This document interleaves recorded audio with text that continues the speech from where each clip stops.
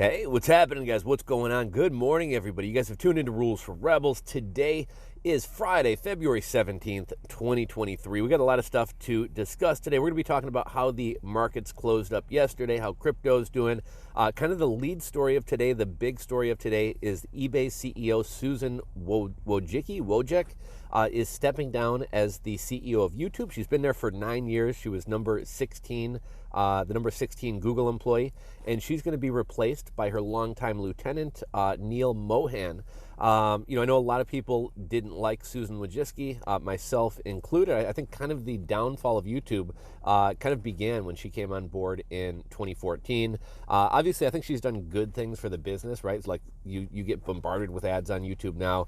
It's created a lot of revenue for YouTube. It's created a lot of advertising opportunities for companies. But in terms of the actual experience of watching YouTube, I think pretty much universally, people agree that that's gone downhill. And I saw a Reddit post on the r/YouTube subreddit about this, and pretty much she was universally hated, but nobody really thinks it's going to get any better with this new CEO. We're going to be talking about the death of zombie companies. Have a story from one of you guys in the comments yesterday. We're going to be talking about some layoffs. DocuSign is the most recent company to do layoffs. They laid off 680 people, which is 10% of the company, but a whole lot of stuff to discuss today. Before we really jump into things, shout out to the sponsor of today's video, ExpressVPN. There'll be a link in the description box below. Right now, you can save 33% off a year of ExpressVPN. And why would you want to use a VPN? Adds a layer of privacy when using public networks. If you want to access content on Netflix or other streaming platforms that's not available in your country, you can do that. As an SEO, as a marketer, I like to be able to see what Google searches are going to look like in different areas of the country, and it also helps you combat price discrimination. So if you ever notice in certain cities, you're going to get higher prices on flights and hotels and things like that than if you were to book from another city. Also, the first time you look for flight prices or hotel prices, you're typically given the best price. If you don't book right away, the prices tend to go up. So using a VPN can oftentimes help you get lower prices. So check out ExpressVPN, link in the description box below. Let's start with how the markets closed yesterday. The Dow closed down 431 points. The NASDAQ down 1.22%.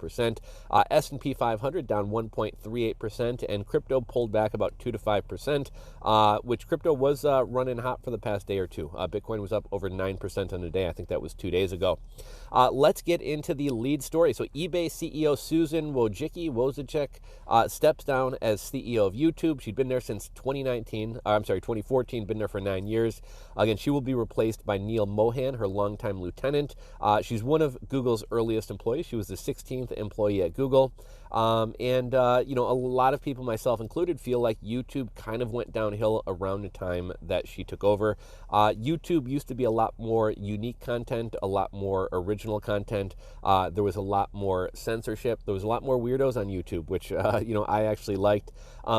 These days, what is YouTube? YouTube is pushing like mainstream media stuff.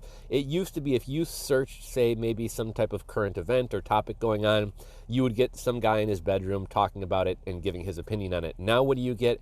You get the same 3 pages of NBC videos with the same, minute and a half of B-roll saying the same exact thing, the same exact take. It's just not the same as it used to be. YouTube used to have a lot more social aspects to it. And I would love to hear your guys' thoughts, comments, opinions about, how YouTube has changed over the years, or what YouTube used to be like back in the day. And while we're on that subject, guys, do me a favor, give the video a thumbs up. One thing I've been noticing, obviously, we talk about a lot of topics here that YouTube probably doesn't like. YouTube doesn't really like kind of like news and current events and more controversial issues to begin with. So do me a favor and hit that thumbs up button. It helps get the video out to more people. It's kind of crazy. You guys have been actually great about hitting the thumbs up button, leaving comments. If I look at some of the recent videos, the ratio of the number of people, a video might have 100 views, but it's got 13 comments and like 16, upvotes. The percentage of people actually commenting, upvoting, interacting with the videos is huge, but I'm not getting the views that I maybe would on some less maybe sensitive topics. But let me know, drop a comment. Tell me about your guys' early memories of YouTube, what YouTube used to be like, how it's changed. When I say that YouTube YouTube used to be a social media platform, or there used to be more of a community or social aspect to it. I think people who haven't been on YouTube for a long time don't know this, don't know that it's changed.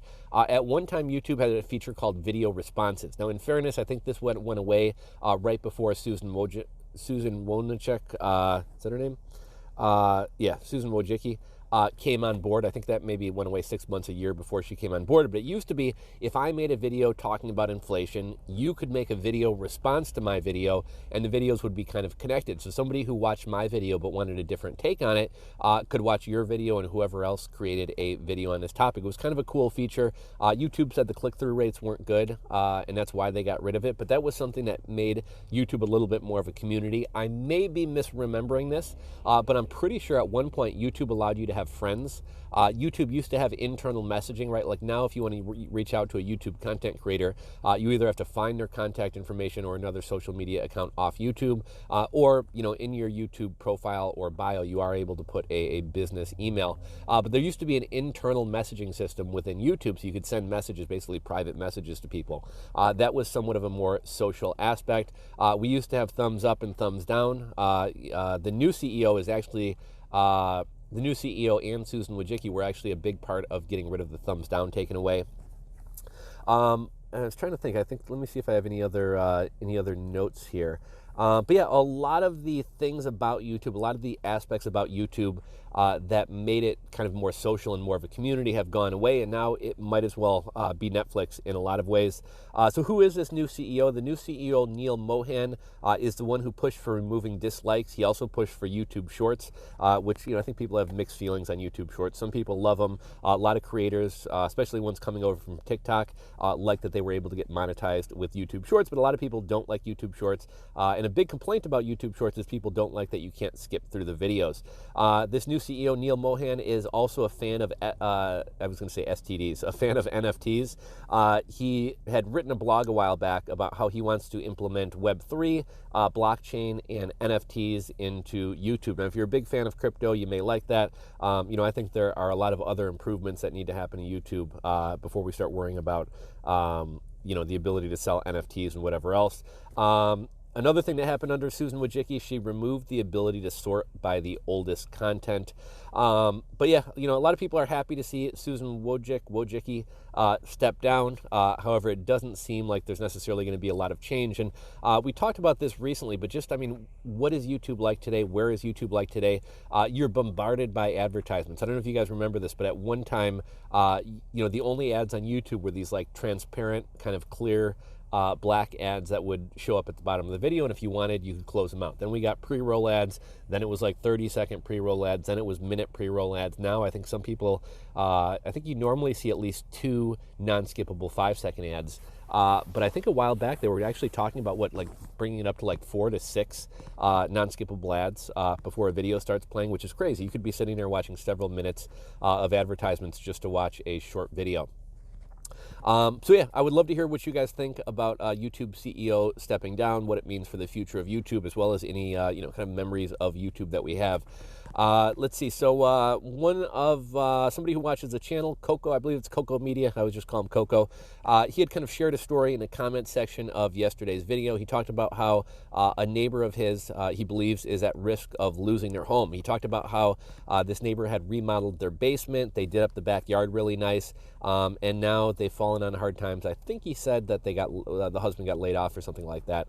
But they're trying to rent either a room in their home or an entire floor of their home. And I think he said they were asking $2,600 when he said you could rent an entire home to yourself for $2,300. So what are the chances that this woman is going to be able to get somebody to rent a room or even rent the main floor of her home for more than they could rent an entire home for, maybe down the street or in a neighborhood over? Let's see, what notes do I have about this? Okay, so here's kind of an interesting thought about this, right? So one thing that's weird about this economy that we're in right now is wealthy people have gained more wealth in the past couple of years. Poor people are the people who are typically the lowest earners, the people making minimum wage. They have seen their pay go from minimum wage is $8.25, $8.50 an hour. Most fast food jobs, gas station jobs are paying upwards of $20 per hour now. I was talking in a video the other day about how I saw the gas station near me is paying, I think, $19.89 per hour or $19.80 per hour. The people who haven't really gotten a raise are the kind of lower level white collar jobs, so lower paid white collar jobs, someone making 40, 45,000, 50,000 a year. And what I had said as far as Coco's neighbor getting laid off, if they were making $100,000, $150,000 a year and they got laid off, well, yeah, that's going to be a big hit. But if they were making $45K a year, as a marketing analyst or some type of kind of lower paid office job, and they got laid off, I mean, you could literally go down the street, get a job in fast food or get a job at a gas station, making $19.80 an hour, making $20 an hour. $20 an hour full time, I believe, comes out to about $41,000 a year. And so think about that. You lose your office job making $45K, but you can go get a job at a gas station probably same day or next day and only be making $5,000 less. That's pretty crazy. Whereas if this same situation had happened, 2 years ago, when the gas station was paying $8 an hour, $9 an hour, $11 an hour, you wind up losing your $45K a year job, and you wind up going to the gas station to get a job. You're going to wind up making like 21 grand a year. So in some ways, the availability the cheap service sector jobs that are actually paying halfway decent right now is kind of a good thing for people who are being laid off. Kind of continuing with the narrative about people being laid off, let's talk a little bit about the death of zombie companies. What is a zombie company? A zombie company is a company who is unprofitable and only can exist because of cheap money and VC money. We've had a tight labor market for a number of years. A lot of baby boomers are retiring. There's been labor shortages. There's been a tight hiring market. So what a lot of companies have been doing is kind of hoarding employees, trying to get as many employees as they could.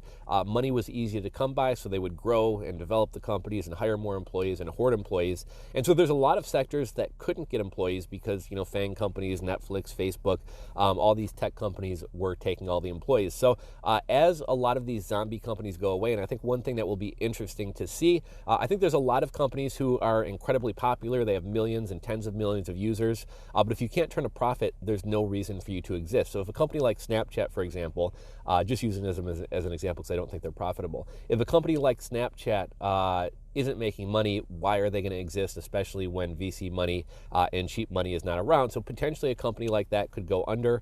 Those employees are going to wind up making their way or filtering into other companies who have been needing employees and who are actually profitable. So it'll be interesting to watch this death of zombie companies. In all of these videos, we cover tech layoffs every day. So to date this year, 376 tech companies have laid off employees. The total number of tech employees laid off is 107,930 employees. One of the biggest or big name layoffs that we've seen recently is DocuSign. I believe it was yesterday. DocuSign announced they're laying off 680 employees, or 10% of the company. This one isn't really that surprising just because companies like DocuSign and Zoom grew much larger than they actually needed to be during the Mexican beer cough period. Now, obviously, people aren't scared to see each other. People are meeting in person. There's not necessarily the need to have all your meetings over Zoom or sign documents remotely. Somebody can actually go to a bank. People can actually have in-person business meetings. A couple other layoffs.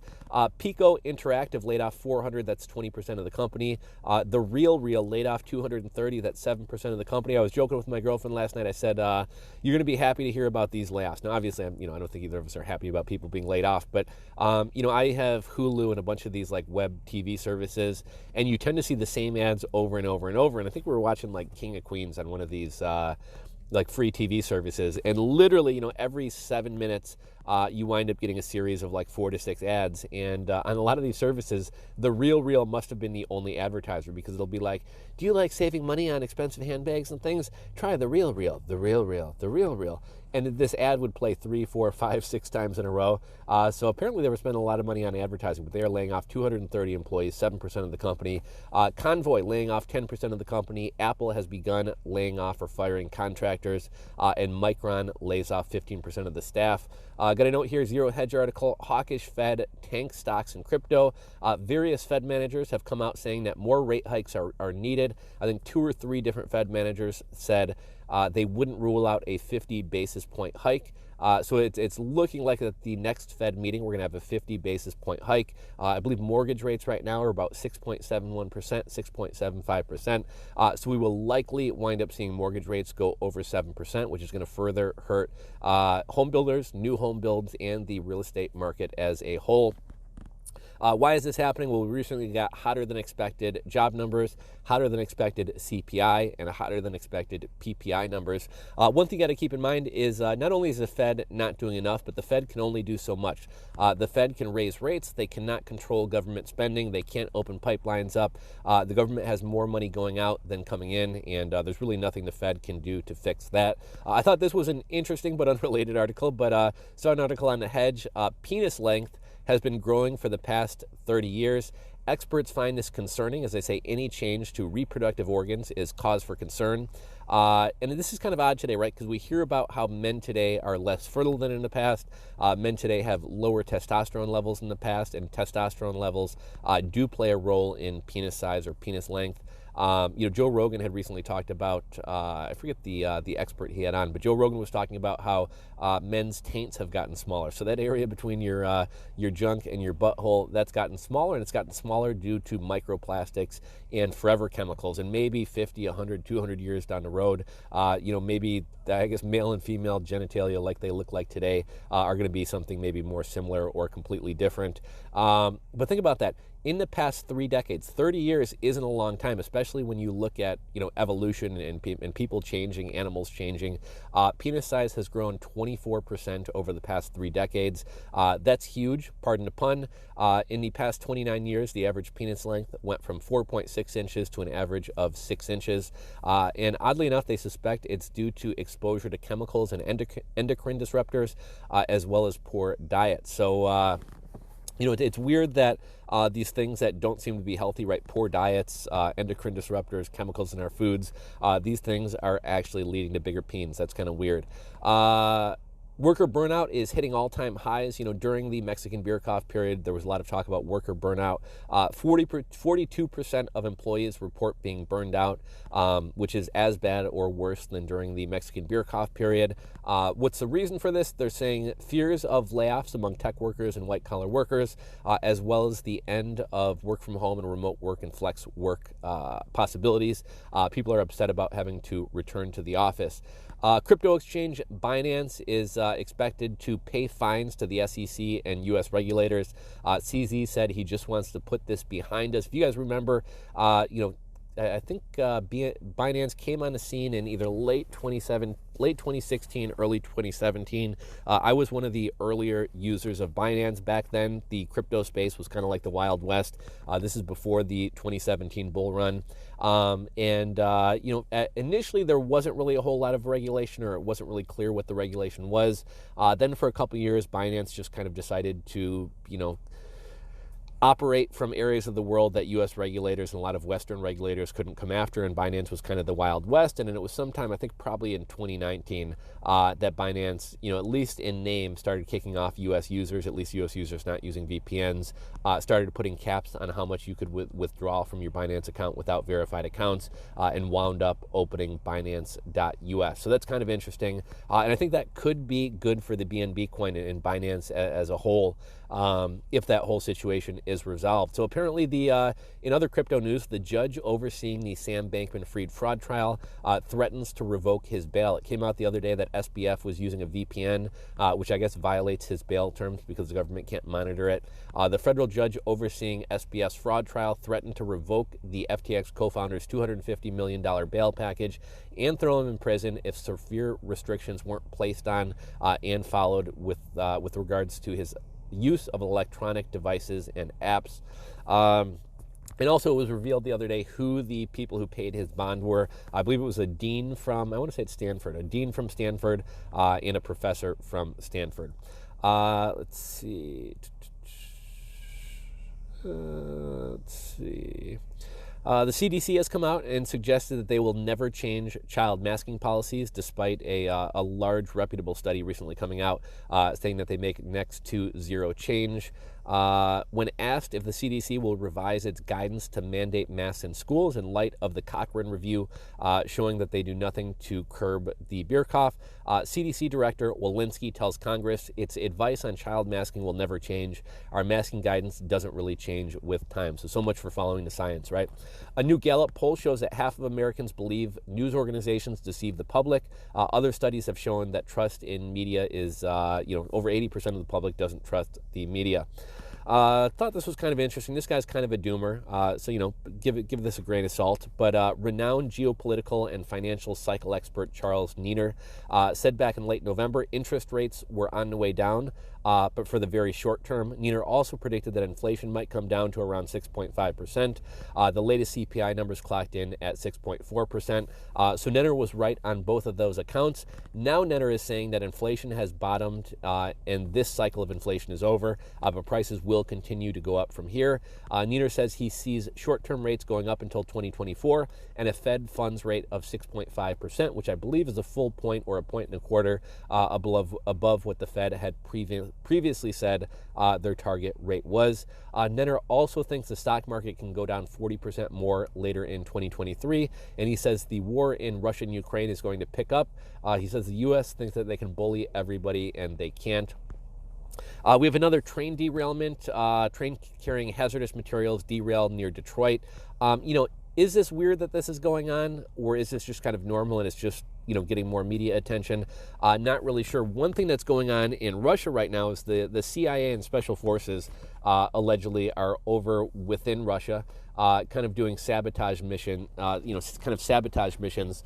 behind enemy lines, so to speak. We talked about in a video the other day how the amount of Chinese nationals being caught at our border is continuing to go up.